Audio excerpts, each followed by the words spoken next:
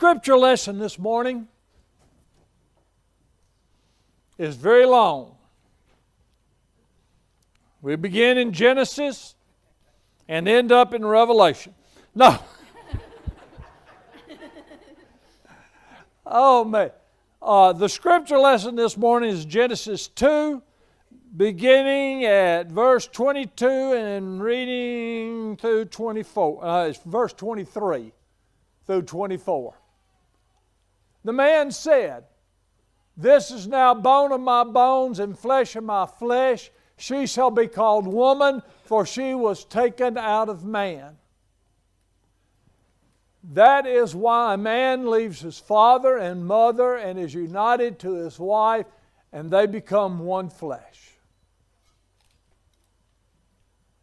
That is why a man leaves his father and mother and is united, and they become one. One. We wonder about a lot of things here in the Christian faith and that we don't understand. And I'm not sure we totally understand how a man and a woman, when they get married, become one.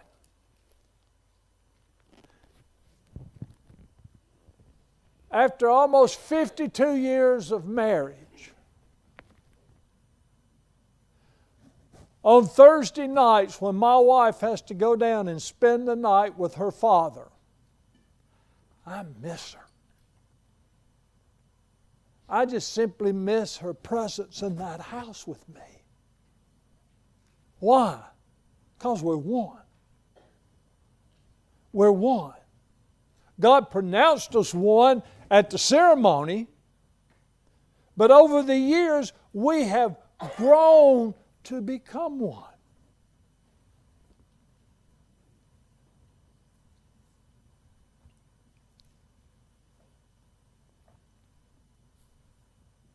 And we become one.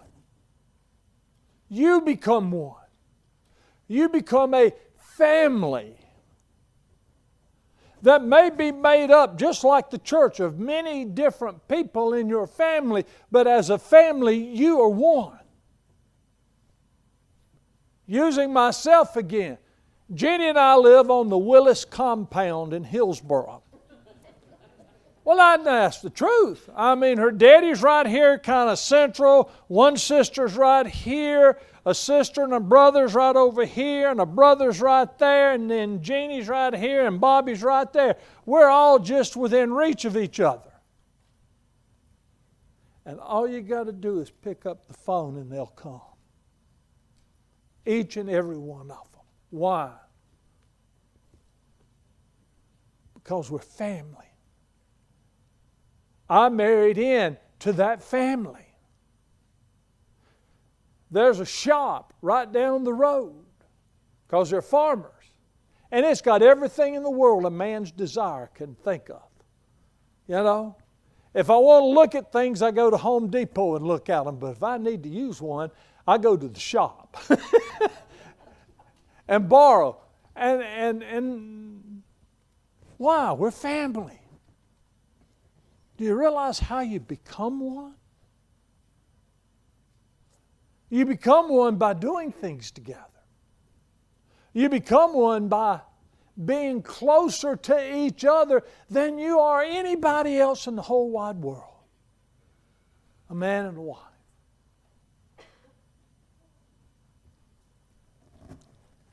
You do it also with a little passion. I remember Dr. Howard Irvin, who was an Old Testament theologian at seminary. And when we were in this part and we read that thing, and the man says, listen to this, "This is now bone of my bones and flesh of my flesh." He interpreted that as Adam saying, "Hubba, hubba, hubba."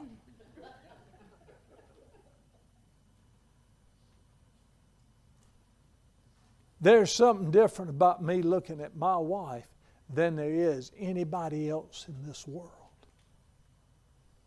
Some of it is emotional, some of it is love, Some of it is sensuous. Why? Because we've become one.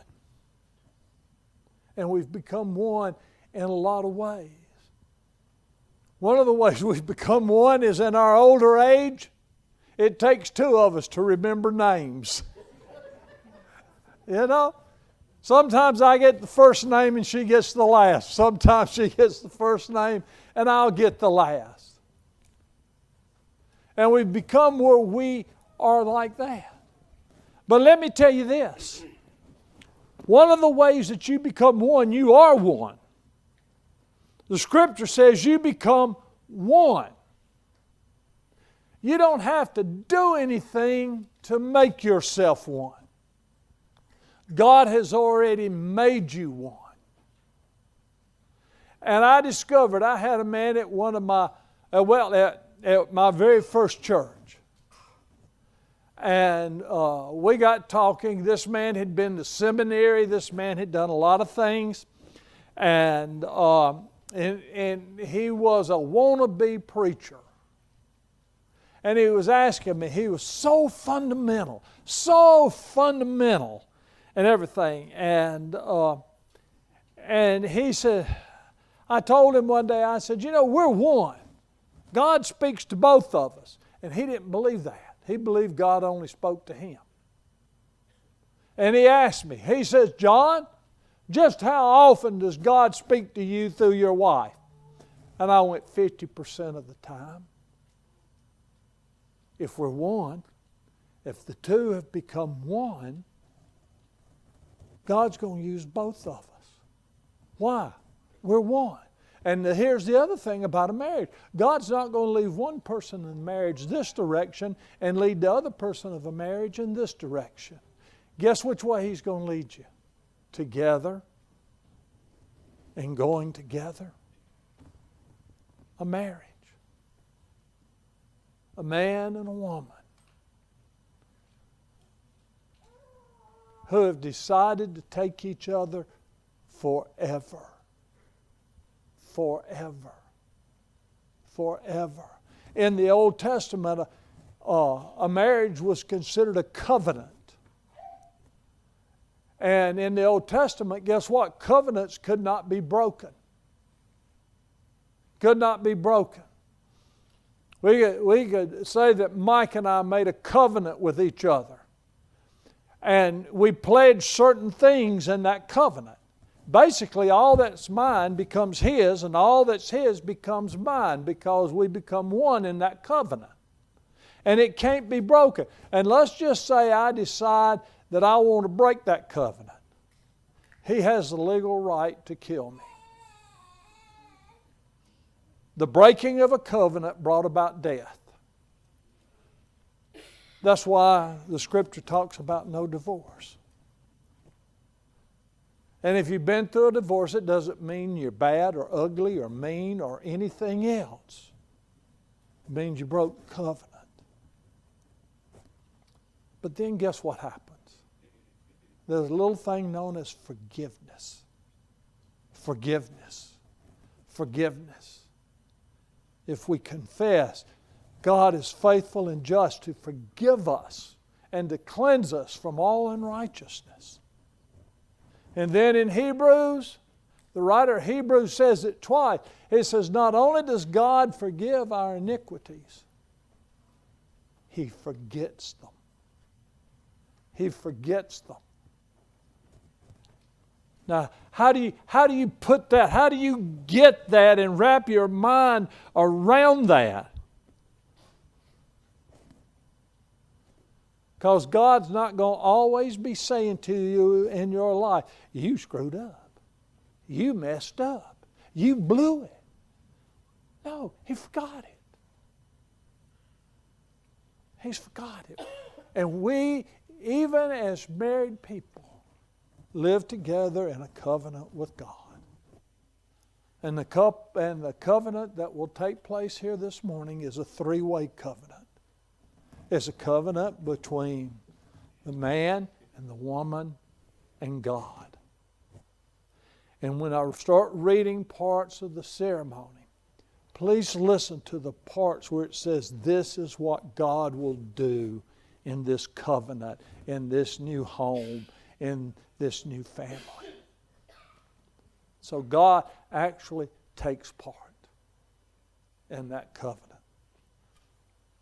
Okay? This is the thing. God tells us not to judge. If I judge, I'm in big trouble.